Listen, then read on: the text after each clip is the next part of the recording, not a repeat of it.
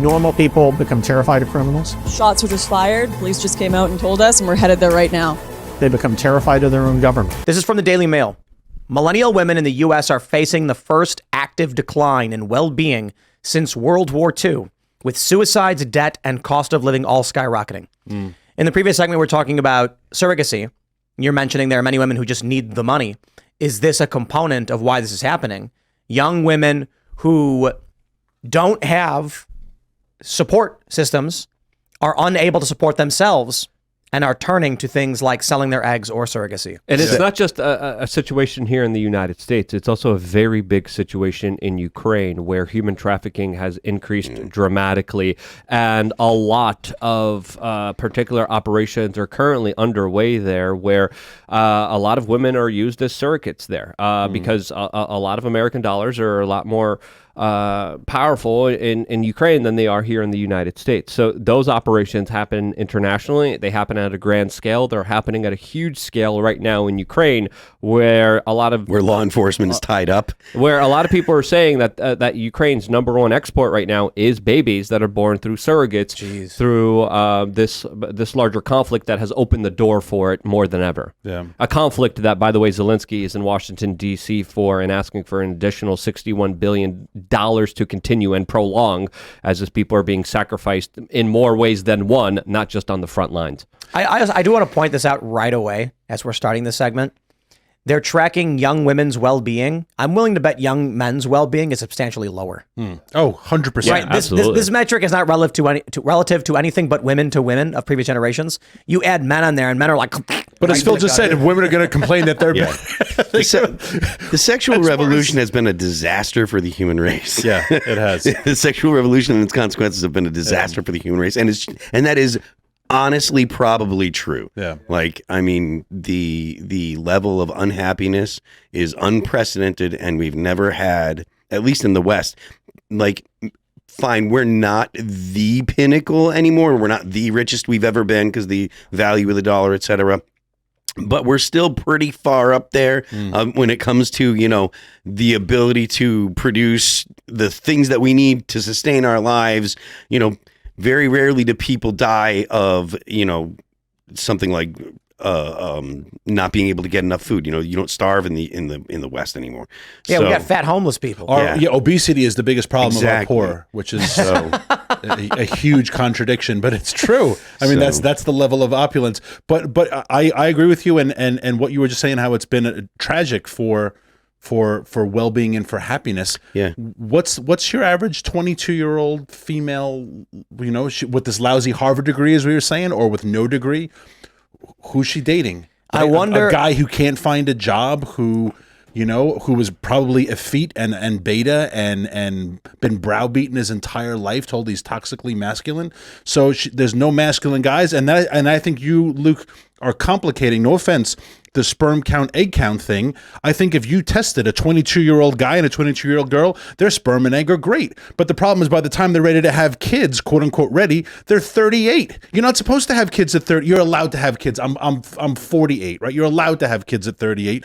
But the body, genetically, biologically, is ready to have kids like my parents did when you're 20. Your body's ready to have kids long before your brain is ready to have kids. Yeah, and that's on that, like evolution figured it out. So I think that's why the birth rates are going down. Your childbearing years for a woman are in your early 20s, and I'm not saying I'm going to get all the hate mail now. It's even earlier than that. But if you go back to our grandparents' generation, my parents' generation, if you got married at 19 and 20 and had kids at 21 and 22, sperm and egg are not a problem, I think. But by the time you're 38 and maybe you have had a laptop on your lap for 17 more and additional years and a cell phone glued to your set, but you're also now 38, and a 38-year-old body is not the same. Absolutely. As and a genetically, there's body. a lot of decomposing and breaking down of the DNA structures. Particularly, this affects more women than men, but it also does affect men as well. But who can have a kid at 22 if you have $300,000 degree from Harvard, a debt from Harvard, you have a degree that does absolutely nothing, you can't find a job, you still live with your parents. The data is concerned. You don't want to have a kid because of climate change. Actually, those are the ones I'm glad don't have kids. When they say, like, we're not going to have kids for the climate, they're glad too. It's a win-win. Absolutely. That's what I'm saying. We don't want your kind reproducing. If blue states want abortion to the point of birth, then it's just like, well, okay, I guess. So the point that you're making right now, and the point that you've made Trigger all the multiple times conservatives. about how the conservatives are going to take over the culture because of birth rates and stuff like that. What if Alt Hist, Rutger, who does that YouTube channel, he was talking to Sitch and Adam on a stream today, and he'd mentioned that the Muslim world was very secular before the Ottoman Empire, and then the Muslims stopped having a lot of kids. And the really religious people literally the did. secular people stopped having kids. Yeah, the secular people stopped having kids, and really religious people started having a lot of kids, and that's why didn't make it up. The Muslim world is so so the phenomenon that you outlined here in the West that has already happened. So allegedly, I don't know much can I just info say, about it, but I'm imagining how awesome Christmas is going to be in 20 years. You know, the war on Christmas will be over. They'll stop saying Happy Holidays. They'll start saying Merry Christmas again. I think it might take a little longer than 20 years, but yeah, maybe 40. But the point I often bring up is this is back in like 2017, 2018 when I did this research. Numerous studies saying that in the 2000s, liberals were having 1.43 kids and conservatives were having 2.05, whatever the numbers are. And that means today, you're going to see it's 20 years later, people voting. Republicans are for every 4 people. You have 3 Republicans and you have 1 Democrat. So, or you could argue it's like, 2.5 to 1.5 or whatever. But also I understand there's also indoctrination and things like that, but that is not as powerful. Your formative years are the most important years of your life. So you're growing up with a conservative family, then maybe you're 15 or whatever, going to high school and they start giving you the weird woke crap. I know it's happening at younger and younger ages now, but conservatives are pushing back against this because it's offensive to them. Well, with the way that things are going with immigration, I don't think you're going to be saying Merry Christmas. I think you're going to be saying Feliz Navidad. That's fine. I'm totally okay with that. Thank you, Mohammed. Appreciate you. And no, it's going to be Feliz Navidad and Merry Christmas, and both are acceptable. Feliz Navidad. I love Feliz Navidad. That's a good song. It's going to be European because all of South America was, was from the Spanish anyway. So I don't care what language people speak. I think there's an important cohesion for society in language that matters. But my point was simply like, these people despise traditions, and there are bad traditions, but American traditions, there's a lot of really, really great ones. And who doesn't love a nice Christmas? Yeah. Now we have Jewish friends here and they're celebrating Hanukkah, and that's really, really awesome too. I don't know anything about it. I got no beef with Hanukkah. I just like Christmas. And I'm just saying, we're going to have based AF Christmas in a couple generations because Christians reproduce more than liberals do. Well, that's why they hate tradition. And it's also why, as you were saying, if you have this influx of conservatives, of right of center, let's just say that, having children, and this population is growing, but then they get to school and they start hearing all this woke crap and the parents push back.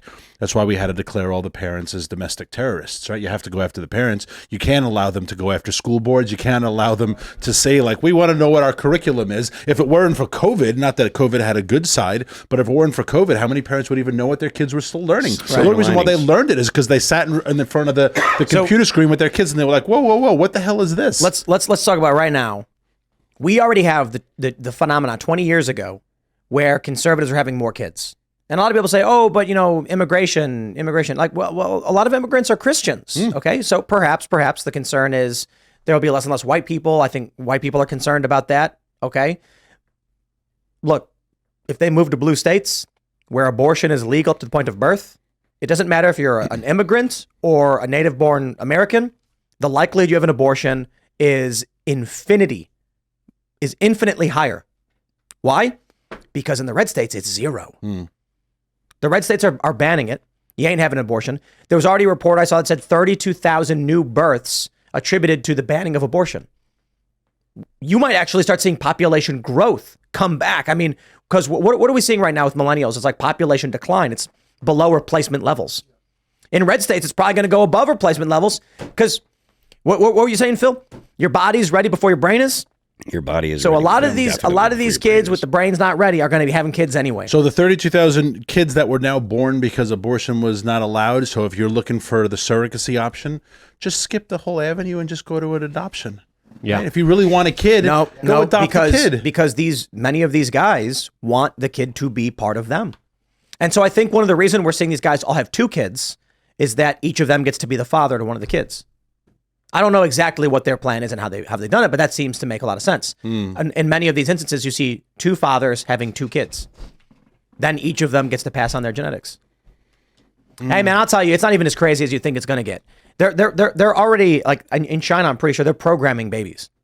They have genetic super soldiers that they're literally mixing DNA and getting the strongest strains of to have. We want the them to be perfect 6'5". soldier. We want them to be built, no cancer, High pain perfect tolerance. Teeth. Yep. So That'll work out well. Oh man, we're not that far away from people just be like, I don't want my kid to wear glasses. I want my kid's hair to be blonde. All that stuff. You could already pick out the genetics of your children. There's a lot of companies out there that take the ovaries of the mother, the sperm of the male, they bring them together, and they're like, okay, you're going to have a child that's going to be 5'9". Oh, this match here says it's going to be 6'1". Which set of children do you want that we're going to reimplant into your ovaries? That's already happening. Other governments, the U.S. government already has done this. The Chinese government is doing this. The Russian government is doing this. I'm convinced, and I'm kind of being a little facetious here, that a lot of the UFC Dagestanis are probably Russian super soldiers. Because if you look at their domination at the UFC, it's very apparent that of course, something's up here, that they all look the same. They all have the same beards. They all have the same kind of fighting techniques, and they dominate the sports, especially when it comes to wrestling, in a way that a lot of people haven't seen before. So I think there absolutely is a genetic super soldier program in the United States, in China, in Dagestan, everywhere. And imagine 20 years from now, all of a sudden something happens where we get numerous reports of 20-year-olds developing strange, rare forms of cancer. And then the scandal breaks that in 2023, several clinics started doing CRISPR and other genetic modification, telling the parents that it was going to be okay. 20 years later, these adults are like, what's happening? And they're getting tumors on their body and weird things are happening. It's inevitable. You can't. China's literally, I'm sorry to cut you off. I just remember this because we talked about this on the show when I was here last time.